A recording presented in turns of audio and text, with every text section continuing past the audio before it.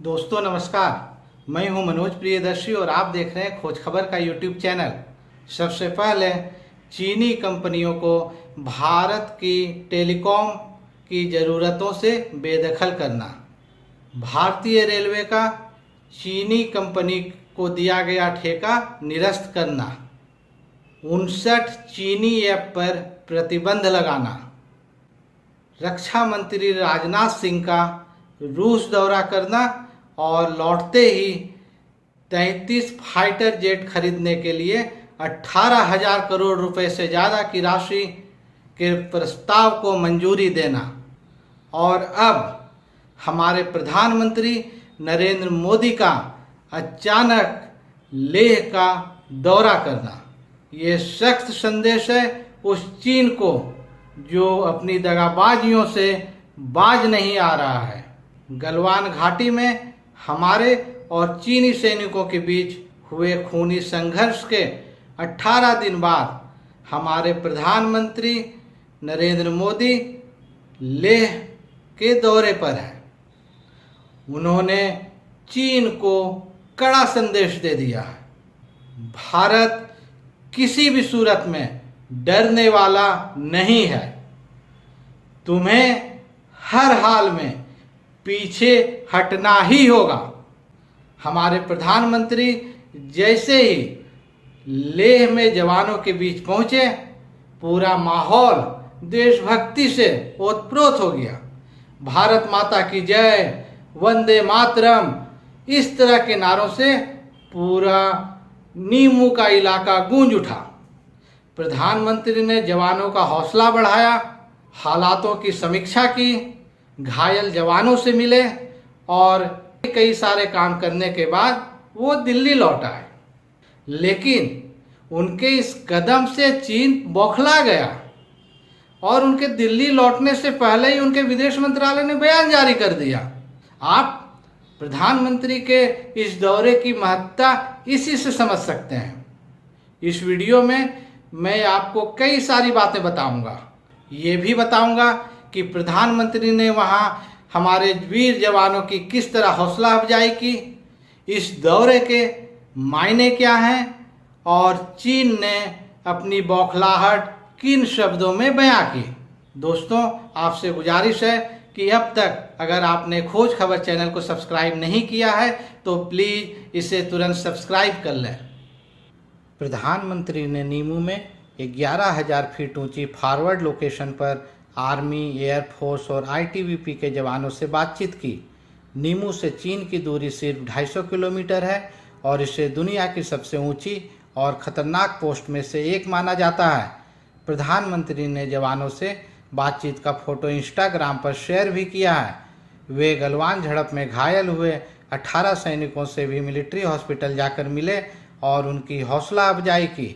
उनके साथ chief of defence staff general Vipin Rawat और आर्मी चीफ नरवणे भी थे।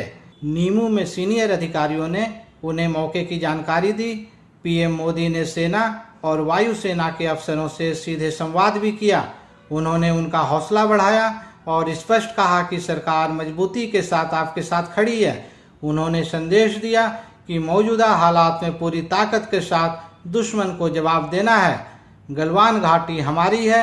लद्दाख का पूरा इलाका भारत के आत्मसम्मान का प्रतीक है। अलगाव की हर साजिश को लद्दाख ने नाकाम किया है। हमारा संकल्प हिमालय जितना ही ऊंचा है, इसलिए हम हर आक्रमण के बाद और मजबूत होकर सामने आते हैं। निर्बल कभी शांति नहीं ला सकते। वीरता ही शांति की प्रामाणिकता होती है। भारत अपनी ताकत बढ़ा रहा है। हर अस्त्र और शस्त्र लाए जा रहे हैं। तेजी से इंफ्रास्ट्रक्चर मजबूत किया जा रहा है। पूरी दुनिया ने हमारे जवानों का पराक्रम देखा है। विस्तारवाद का युग समाप्त हो चुका है। अब सिर्फ विकासवाद का दौर है। विकासवाद ही भविष्य का आधार है। इस विस्तारवाद ने दुनिया को सबसे ज़्यादा नुकसान पहुंचाया है। प्रधानमंत्री ने करीब 15-20 मिनट तक जवानों का हौसला बढ़ाया और चीन के साथ पाकिस्तान और दुनिया को भी बेहद सख्त लहजे में संदेश दिया। पहले इस दौरे पर सिर्फ सीडीएस विपिन रावत को ही जाना था, लेकिन पीएम मोदी ने खुद पहुंचकर सभी को चौंका दिया। इससे पहले रक्षा मंत्री राजनाथ सिंह लेह लद्दाख का दौरा करने वाले थे। मोदी जब पहुंचे तो वहां मौजूद जवानों ने भारत माता की जय और वंदे मातरम के नारे लगाए।